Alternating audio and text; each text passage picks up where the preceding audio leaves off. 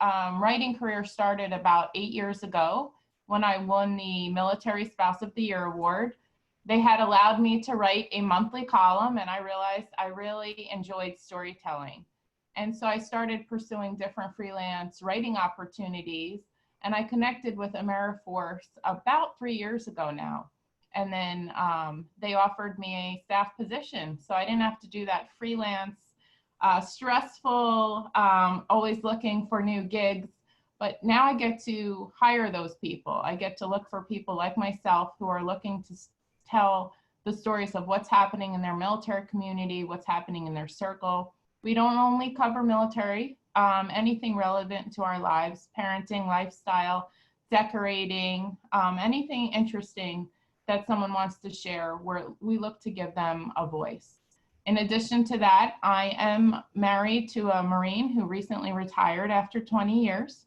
Congratulations, that's awesome. It's a very interesting, weird transition to have him home all the time, wanting to have a say in decisions. So we're learning that adjustment, and it's giving me a whole new perspective on military life. And we have 3 boys and a puppy who is keeping me on my toes because she's like having a new baby again. And I recently started volunteering, working with different spouses who are interested in photojournalism, writing, things of that nature, just to kind of help them learn my lessons of what worked for me. That's awesome. Oh, I love that. Well, thank you, Bianca. And I'm pretty sure she didn't mention everything that she's done. I know Bianca for a few years now, and she's done a lot more than that. But okay, we will need a lot of time so you can tell us everything that you've done. But let's go back to square one when you became a new spouse. How was it?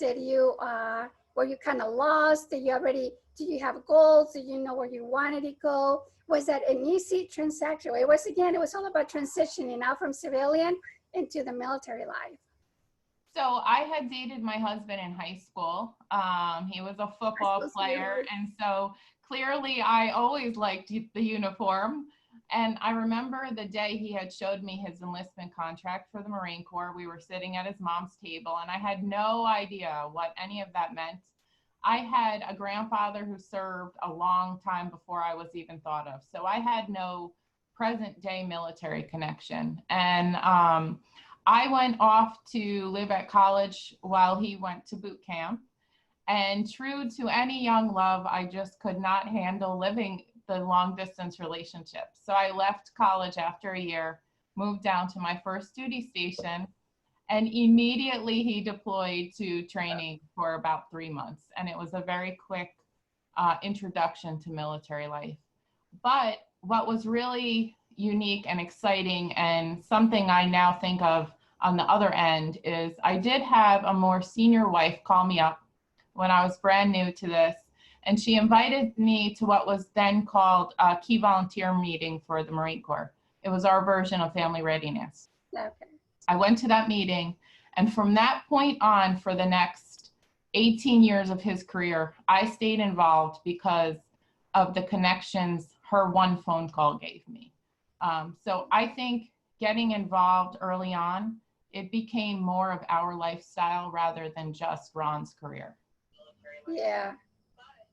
I think that everybody has a story. The way that I always say that every new military spouse has a story, but at the same time, we're all very similar because we're being thrown into the new journey. We are being thrown into the unknown for many of us.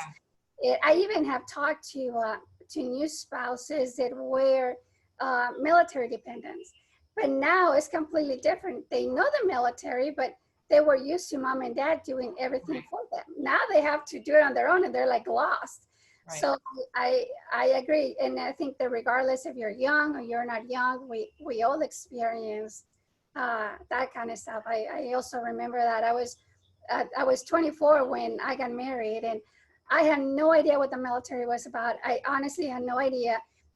I came to the US when I was 16. I'm an immigrant, and I had no idea about the military. So when I met my husband, he did tell me, well, if we can marry, we have to move. but I thought he meant moving to another house. Never we're gonna leave town. And I was like, you should give me, I was like, giving me more details so we can marry very fast.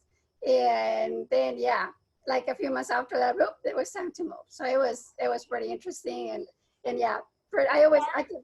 If you're a young girl or a young guy and you're just figuring out, you know, boot camp was even hard for me to go 12 weeks without my boyfriend. We weren't allowed to talk on the phone. There was no social media.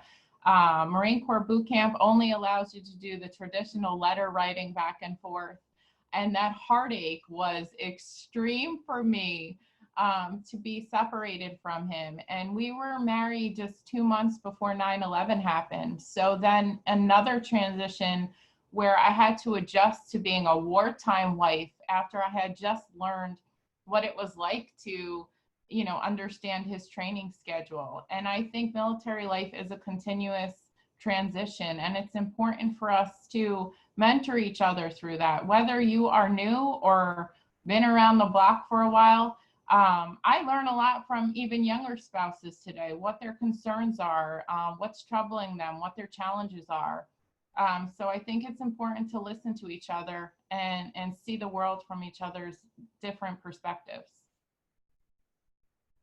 Yeah, that is very true. You know, something that I hear lately, now that we get to talk to new spouses, many of them have the perception that now that they got married and now they're gonna follow their spouse, they gotta put their life on hold. Right. And I think that's why you were the perfect guest, because you have reached so many goals, you have done so many things, and we can tell spouses that you don't have to put your life on hold. You can still follow your active duty spouse. You can still volunteer, but that doesn't mean, you know, I think it's going to be different than a civilian spouse. Probably with us, it will take a little bit longer. Probably with us, it's going to be the changes every time that we move, but it is possible. So what is your perception of that? Do you think it's possible? Because you've done it. So give us your secrets. So I think the number one thing to remember is you can still accomplish whatever it is you want to, but it's not probably going to be a straight road. It's going to have some twists and turns. And those twists are going to challenge your determination. How bad do you want this?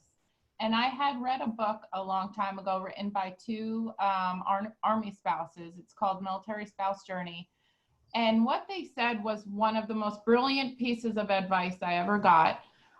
They said that you might not always get your first choice. You may have to sometimes look at the second or third answers. And what her example was, Kathy Hightower and Holly Scherer were two of the authors, was maybe you want to become a lawyer, but maybe you get stationed somewhere like 29 Palms where lawyer isn't a screaming field opportunity. But you can volunteer with the Guardian Ad Litem program. And what that does is that keeps you getting skills in your field.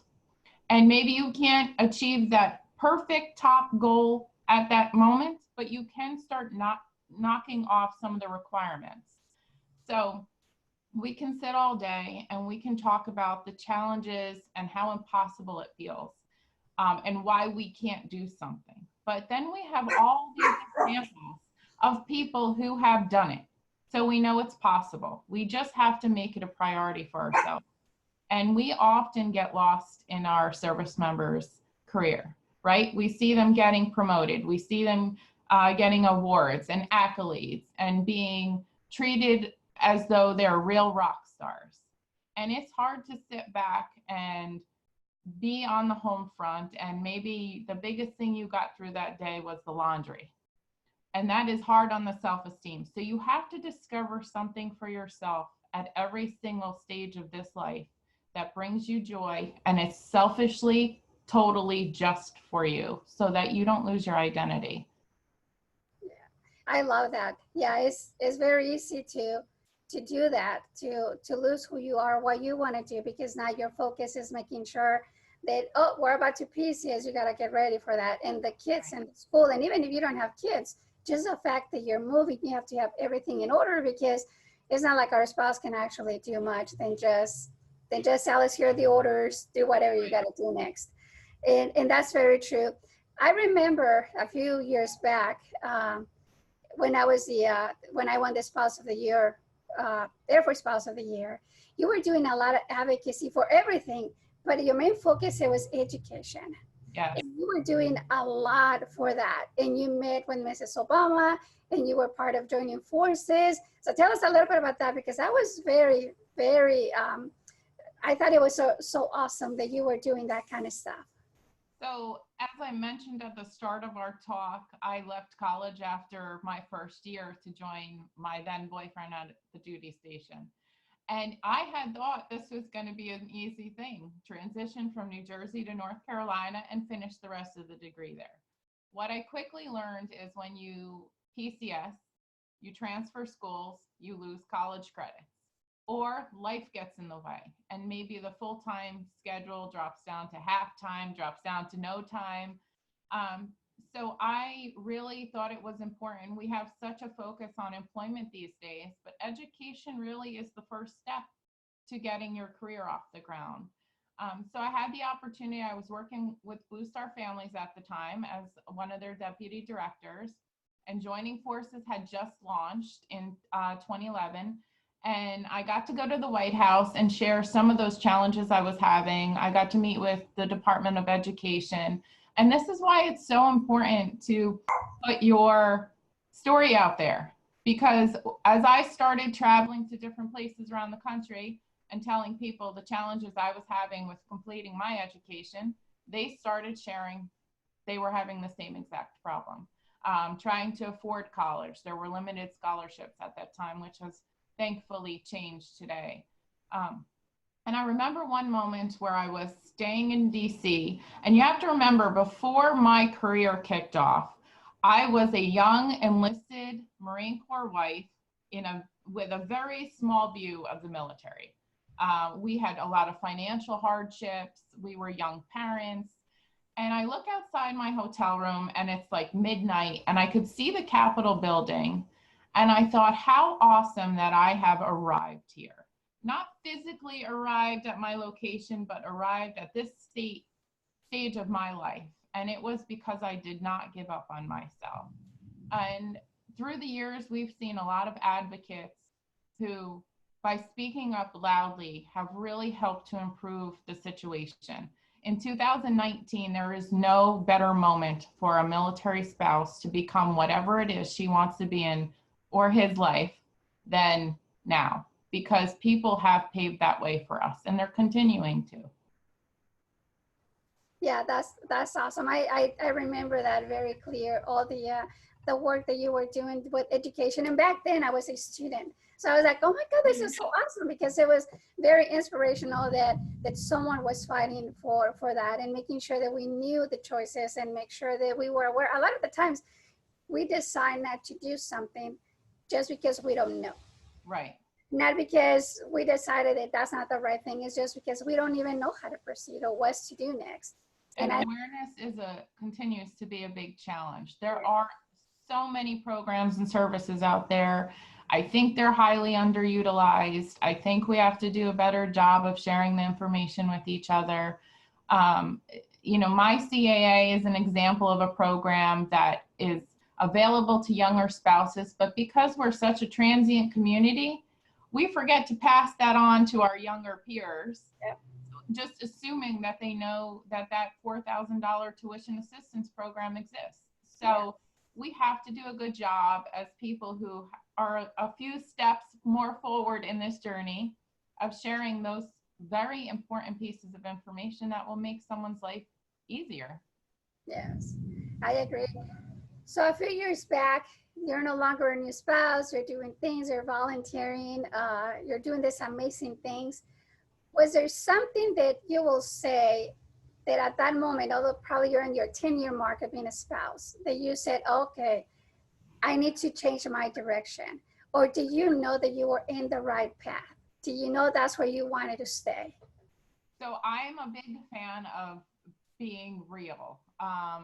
Sometimes we see people at the moment where maybe they've achieved success and we don't realize there was a lot of hardship there. Mm-hmm. So For me, we had been stationed in Yuma, Arizona, which for anyone who's ever been to the desert, it's a very challenging environment.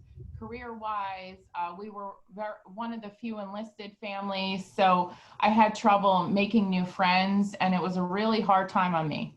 We moved to recruiting duty next, also isolating. And about 9 months into my husband's time on recruiting, we were battling. And I said to myself, I'm either going to do something to improve this situation, this quality of life for those people like me who are on independent duty assignments, or this marriage is not going to work. Yeah. And I broke the cardinal spouse rule and called up senior leadership. It was our sergeant major, which you're never supposed to do. And I said to him, family readiness is not working on recruiting duty because you're trying to model it after the Fleet Marine Corps, which deploys. And we're not deploying, but we're isolated. And he said, okay, go ahead and do what you want with that. And not only did it help our unit in North Carolina, but the Marine Corps started sending me around the country to other recruiting units to do the same exact thing. And that's how I ultimately ended up nominated for the Military Spouse of the Year award because of that work. But at that fork in the road, had I said, this is just too hard, this would be really easy to quit, move on to a normal life, whatever that looks like.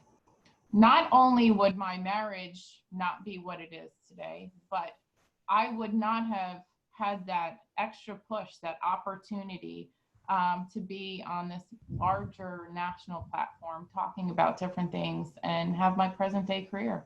So I'm really glad I chose option A rather than option B at that fork in the road.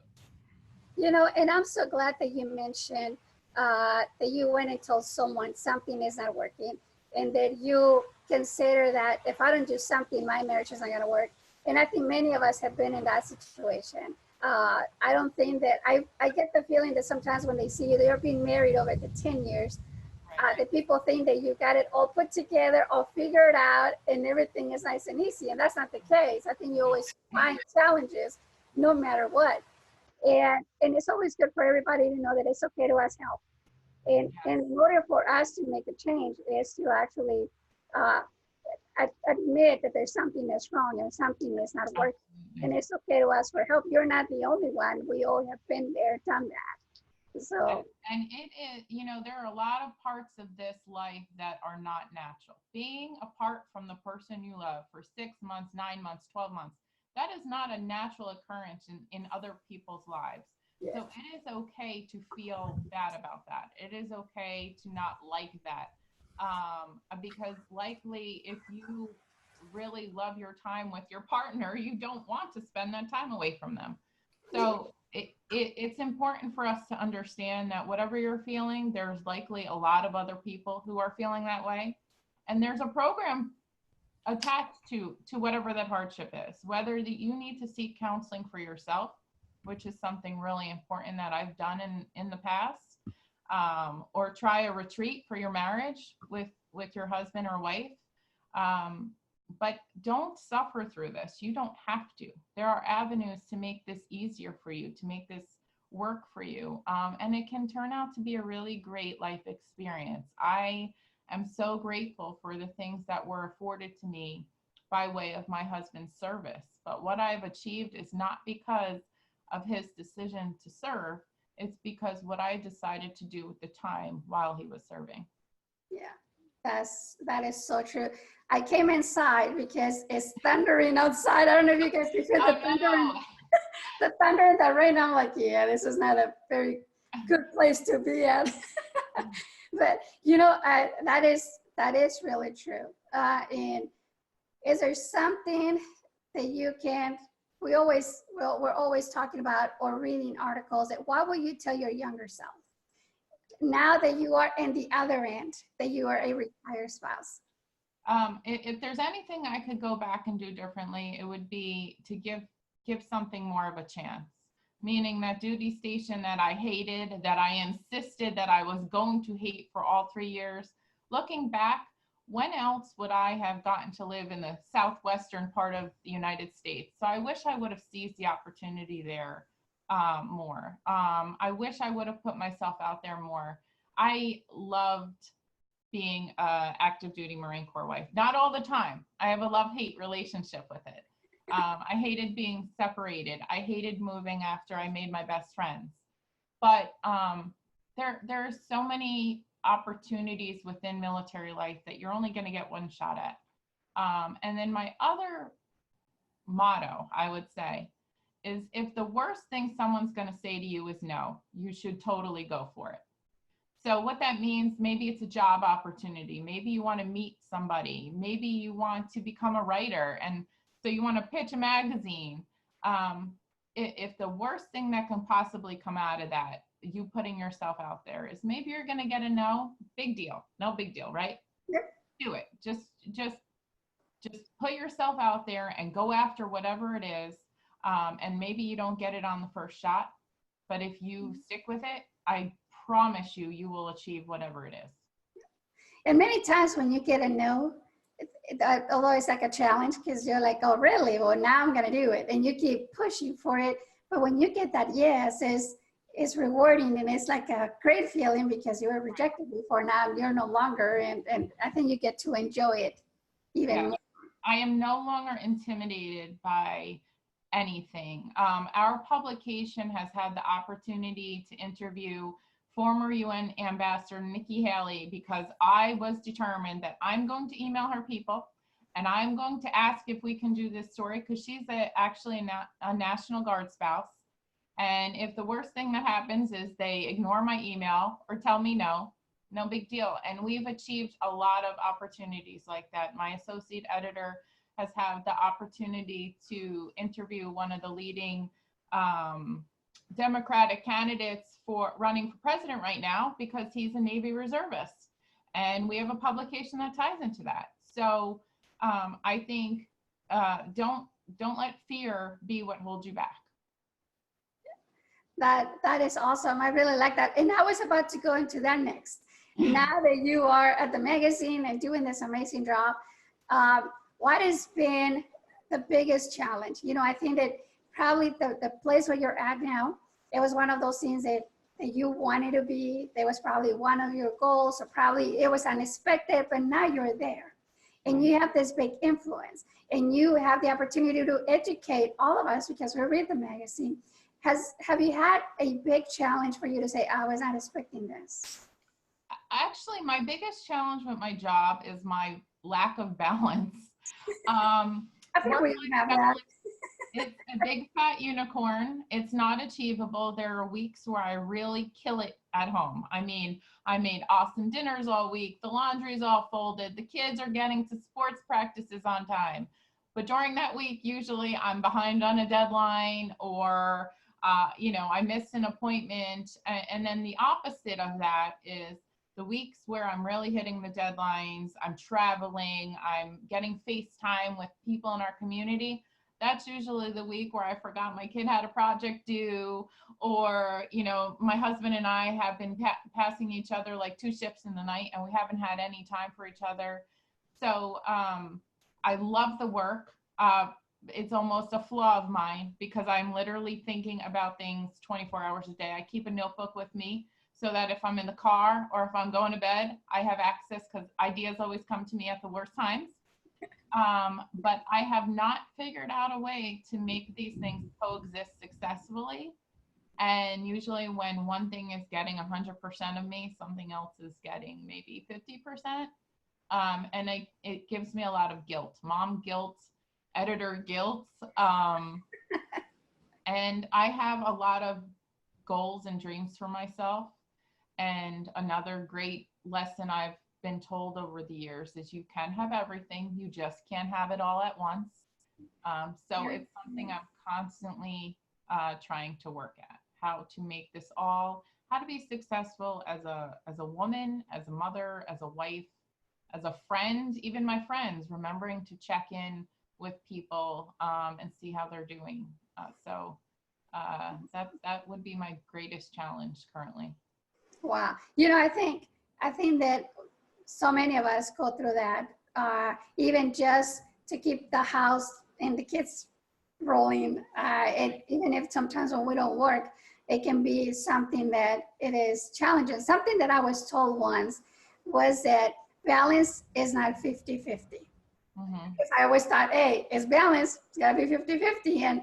And I think I got my heart broken more than once when it wasn't 50-50, at least like in my marriage. I was like, hey, where's the 50? And yeah, it was never 50.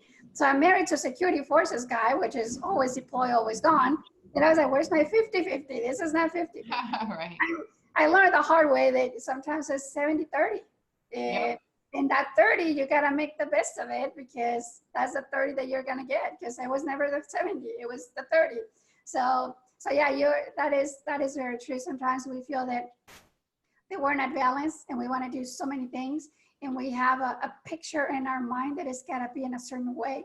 And if it's not that way, then it feels like we're failing, but we're not failing, because that's just our expectation. It's not real, it's an expectation. So I think it's helped me think back to sometimes I was really hard on my husband, who was giving it all to his career, and maybe he wasn't making it to all the things, or forgetting an anniversary, or missing Mother's Day, or whatever it might be. Now I kind of look back on those times and I get it. I get when you're really ambitious to have a great family life, but you're also ambitious to want to succeed at whatever your goal is. And figuring out the right things to say no to is really hard. We could be traveling for the magazine all the time. There is always an opportunity connected to the military that we could try to be at. And it's being real with myself that, look, you cannot do everything. So picking and choosing your battles is very important. Yeah, I agree with that. Do you have what you can call your biggest accomplishment as a military spouse in those 20 plus years that you were a military spouse? Can you look back and say, yep, I did exactly what I should have? I would say that when I finally graduated college will go down as my top favorite accomplishment. So I started college in 1999. I walked across the stage in front of my 3 kids, my husband and parents and best friend, in 2017. So that was a really long ride to finish a degree. And by then I should have probably had a PhD, but I will forever be proud of myself for sticking with it.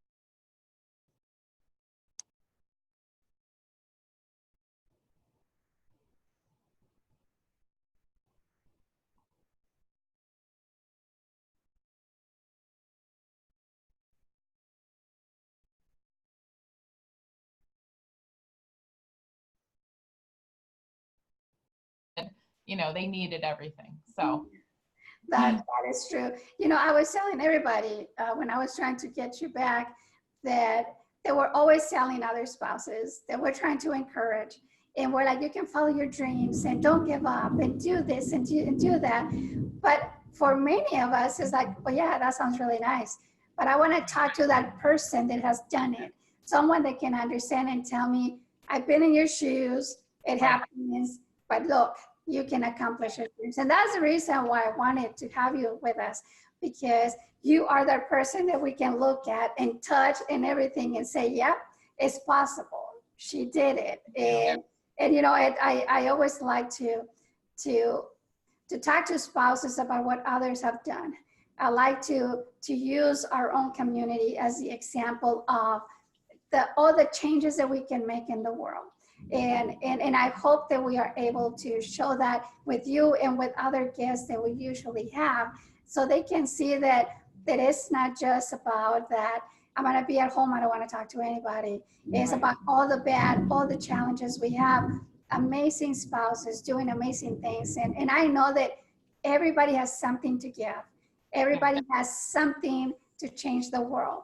It's just them making that first step to do it. And I can guarantee you, everybody, that once you take that step, nothing or no one is going to stop you. And you're going to keep going and going and going. And that's what happened to me. When I married my husband, I was working and going to school full time. He was in the Army when I met him. And wow. Yes, he was in the Army. So we get married, and I remember he was a lieutenant. And I remember the captain and the major, everybody came to the wedding, and they were like, hey, welcome to the Army. And the spouses were talking to me about volunteering and doing stuff. And I was like, yeah. I was telling my husband, I don't have time for any of that because I go to school and I work. So I hope they don't have high expectations. I was one of those that used to say, I'm not serving. I'm just going to support you. That's your deal. And for many years, that was the case. I was working and in school, and then I had kids. And a year after we get married, then a year later, he tells me, you know what? I think I want to change to the Air Force. Although let me tell you, he's an Air Force brat. I don't know why he joined the Army, but okay. So he's like, I want to go to the Air Force. And I was like, no, you're in the Army. I don't think I want to do all this stuff again. Then 9/11 happens. And he's like, I'm going to the Air Force. I know they're going to need security forces. I'm going to do it. And I was like, oh my God. So I went from, within a year and a half, I went from being an Army spouse, having a child, and I was an Air Force spouse. Wow. And my change, I think it was more difficult to do a little bit the change from being an Army spouse to an Air Force spouse than being a civilian to a military spouse. Because everybody was looking at me like, oh yeah, she's the Army spouse. Don't talk to her. And I was like, hey. So my first experience was not very, very good. And I told my husband, look, if you ever command or if you ever do anything like that, don't expect me to volunteer. I want nothing to do with the military. I wasn't treated right. The welcome that I thought I was going to get wasn't there. So I was all resentful and bitter and all of that. So then my husband took his first command, and he said, you know, I'm not going to ask you to volunteer. I know how you feel about it, but you should just look into the Key Spouse program. Just look at it and see what you think, because it's a commander's program. I have to manage that. I got to take care of families. So just let me know what you think. And I was like, okay, fine. I'll look and see what this is all about. And that's all I took. I just looked into the program and I went all the way, and now here we are. Yeah. It was just one of those things. And I was like, yeah, I was resentful because my expectation was not met. The welcome was not exactly what I thought it was going to be. And at the moment I shut down and I had this giant wall, and I want nothing to do with the military. You're serving, not me. But that was just me and my feelings and be resentful. And I was just wasting time, and kind of like what I asked you earlier. What could I tell my younger self? Mm-hmm. Is it give everyone the opportunity. Yes. And even if they don't welcome you the way they should, you know, you still got to keep moving forward. We cannot always think about what others are doing. We got to think about what we are doing. And if they do that, well, that's on them. You keep moving forward. Right. Well, and a lot of times that's how groups get their reputations, right? Somebody had a bad experience at the spouse club or the FRG. So then that becomes its reputation, and someone else doesn't want to be a part of it. But I think you will find good and bad experiences attached to everything.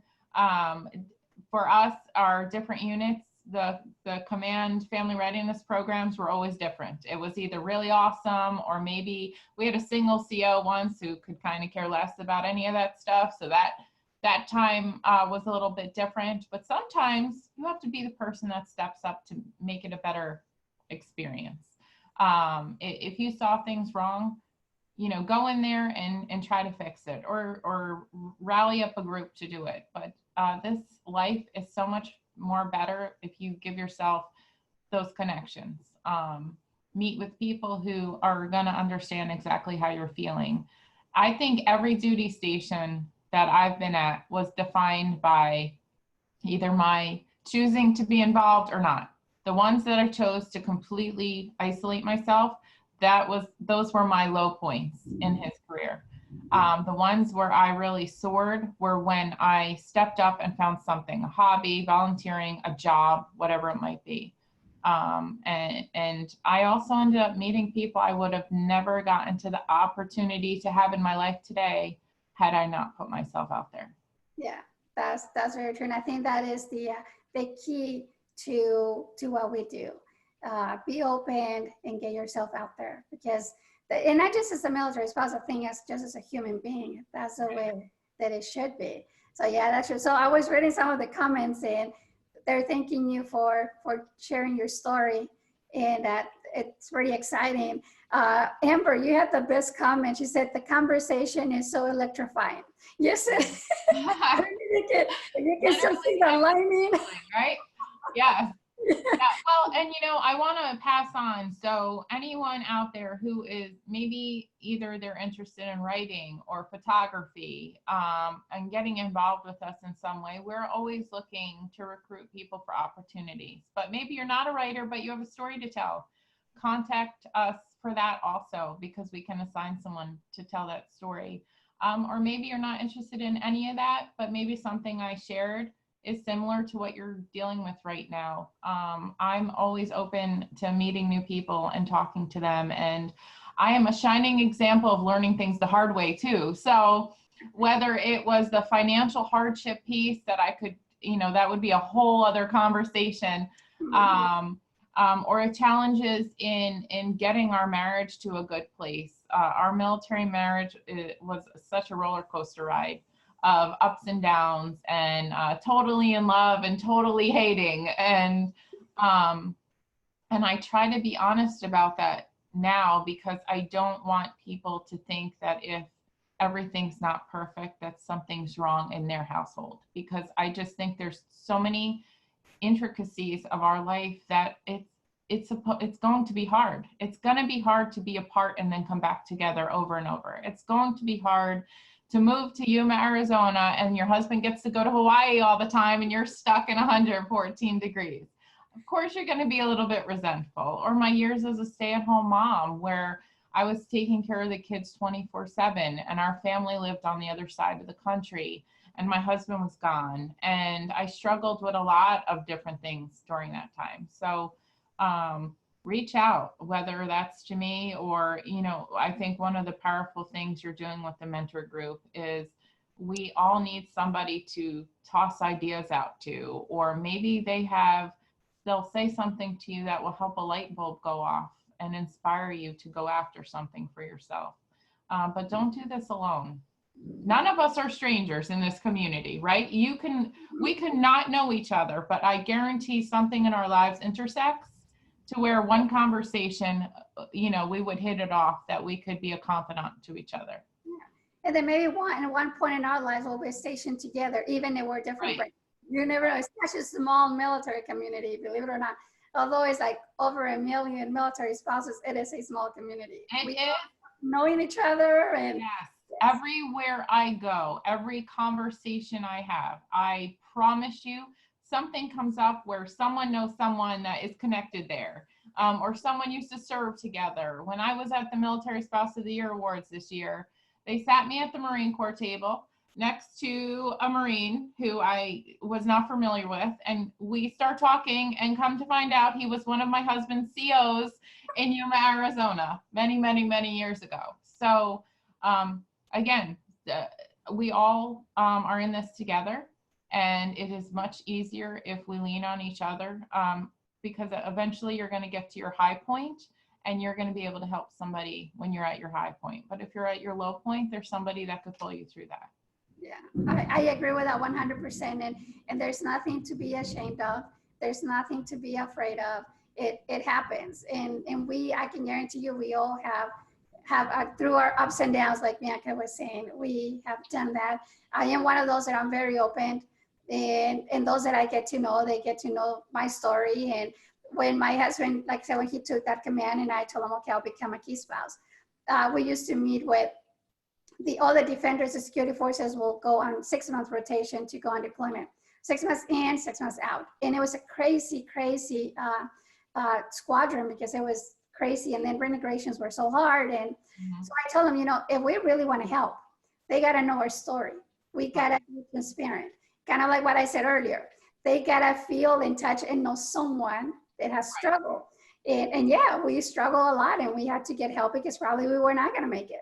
So, and I bet a lot of people would be surprised to know that the Air Force Spouse of the Year at one point wanted nothing to do with volunteering in the Air Force. yes. But that makes it more relatable and more real because, you know, at some point, all of us have been in some moment that we learned something from. Yes. And they're not alone. And if you're having a hard time, you're not the only one or the last one, because most of us have been there. If you are confused, such as what do you want to do now that you're a military spouse? If you're feeling scared because you're a brand new spouse and you don't know what's next.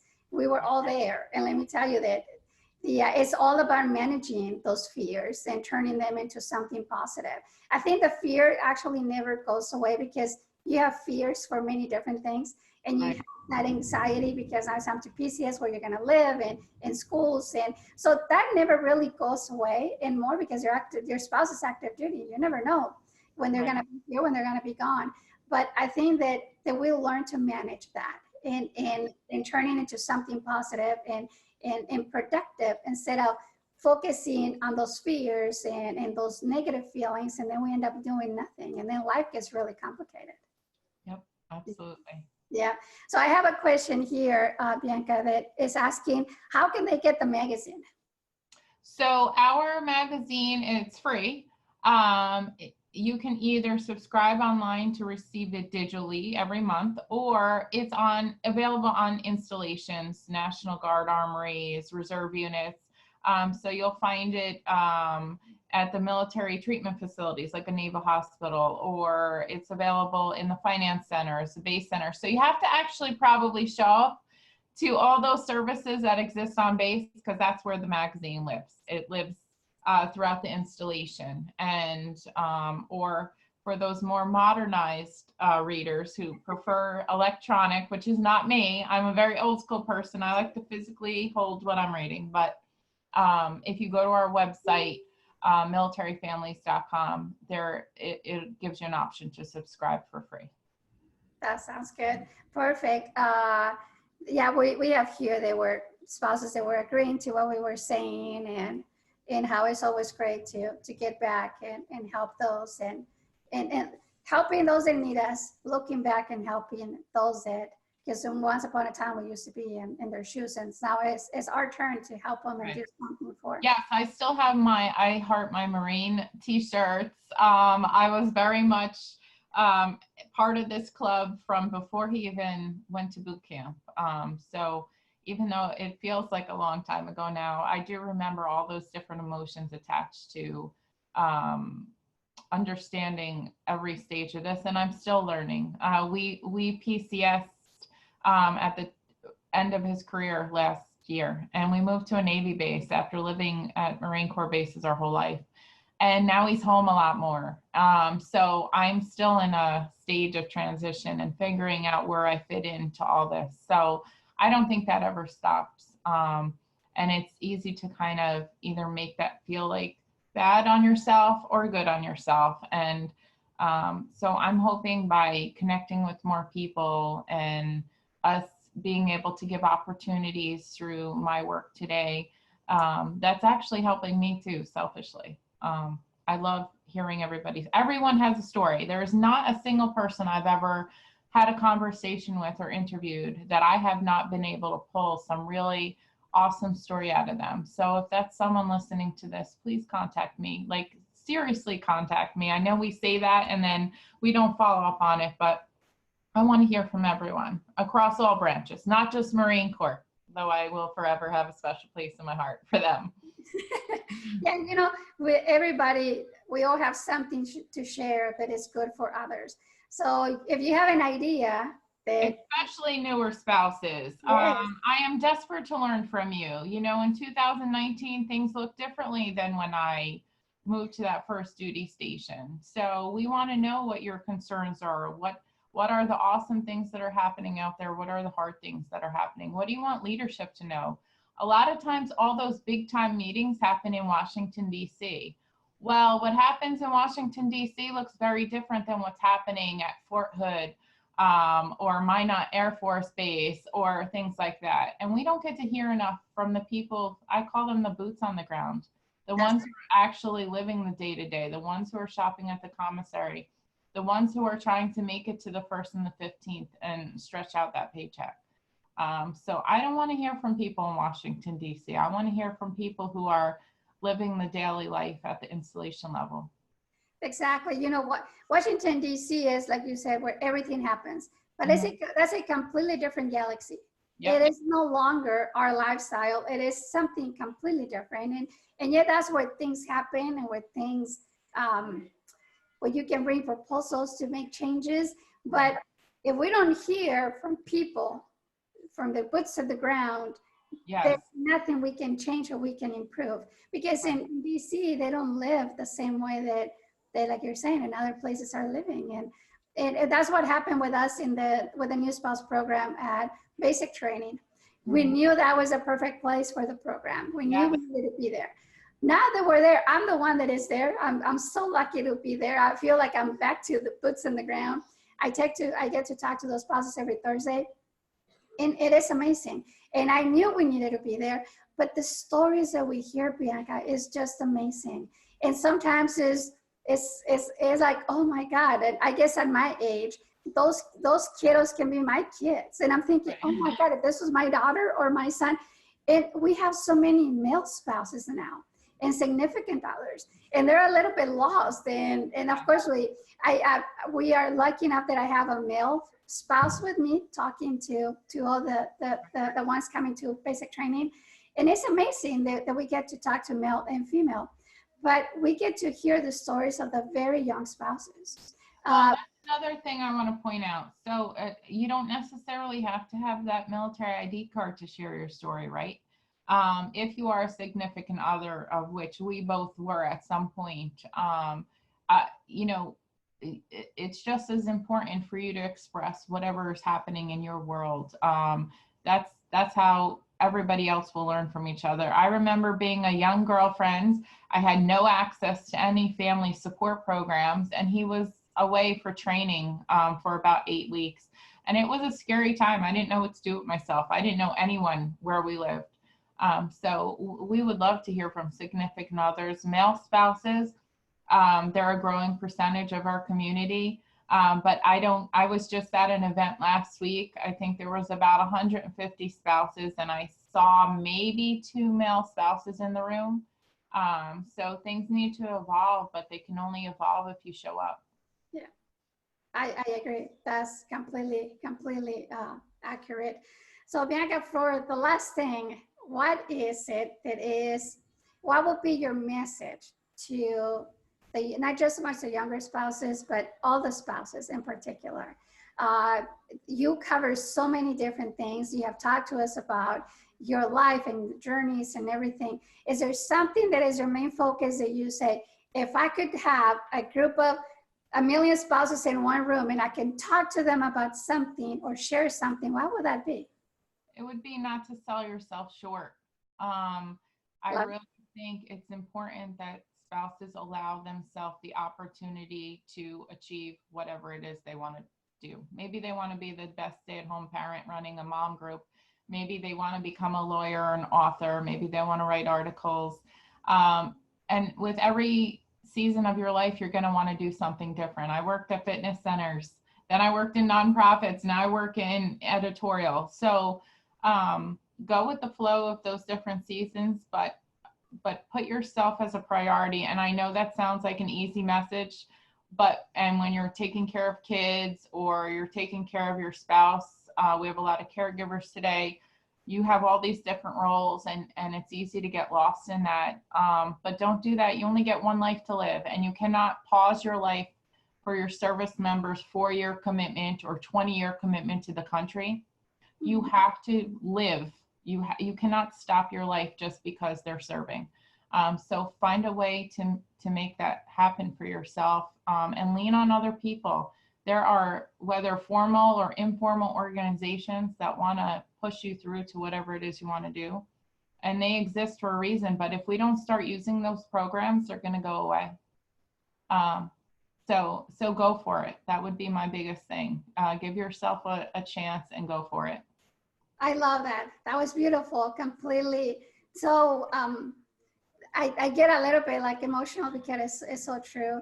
And something that I can add to that is that be patient, because things don't happen overnight. Yeah. And the expectation, it would be nice to have that expectation, that vision, but if you don't get there overnight, don't get frustrated. You will eventually get there. And I think that is something that we get used to in the military life, that we are used to making things happen, boom, boom, boom, and everything is good to go. And sometimes with our own personal goals, it doesn't happen that way. But don't give up and stay on it, and you will eventually get there. Just be very patient. Sometimes it kind of goes like when kids are growing up. They take baby steps and then they run, and then you go slow, and then you run, and then you go slow. So I feel that that is kind of like our lifestyle, that you feel that you're going, and then boom, something happens. Not necessarily bad, but sometimes here's a challenge, and then boom. And then you're running, and then boom, another challenge. So be patient, and don't be too hard with yourself. And So there's that's, a lot to learn from those booms and those yeah. closes and those failures. There really is. I've learned a lot of things, and you know, at the time maybe I didn't understand why they were happening, but today I get it. So a lot of people sold me short. I was a mom when I was 15 years old, and then my husband, you know, joined this wartime force, and so at a lot of stages people did not think I was probably going to do too much with my life, but I stopped listening to that. And I said, screw them. I'm going to do this anyway.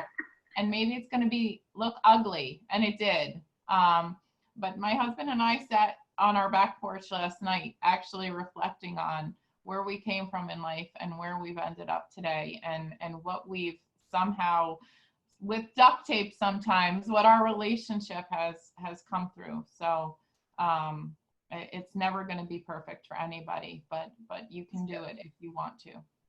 That's beautiful. Awesome. Well, Bianca, thank you so much for joining us, for sharing your wisdom, for being a mentor. I think when I met Bianca, I told her from the beginning, I look up to you because it is amazing. She is amazing. And if you met her in person, you will be like, oh my gosh, she's awesome. So she is one of those amazing spouses that if you really, really need us to share something with someone, if you really want to get somebody's feedback, Bianca will be your girl. So Bianca, thank you so much. I really, really appreciate it. Thank you everybody for joining us in this electrifying morning and chat. It was something else. I'm so glad that we were able to get back and connect. And to all of our members, and mainly to our new spouses, we do this because we want to share with you that our lifestyle is not just full of challenges and fears, but it is the opposite. One day you probably will be one of those people making a difference in our world, in the military world, and you might be one of those leaders. So we just want to give the space to someone and something like this for us to tell you that, hey, you never know who you're going to be in the next 5-10 years. Probably we will be gone. We will be doing something else, and we're not going to be here. And we're going to need people to continue to advocate and fight and continue to provide support to spouses. So no pressure here. I'm not saying that, hey, get ready, but you know, it's kind of like Bianca and I, we probably never thought that we will be doing the stuff that we're doing now. So thank you so much, Bianca. I really, really appreciate it. Thank you, everybody. Have a wonderful morning, and we will see you guys next time. Thank you. Bye.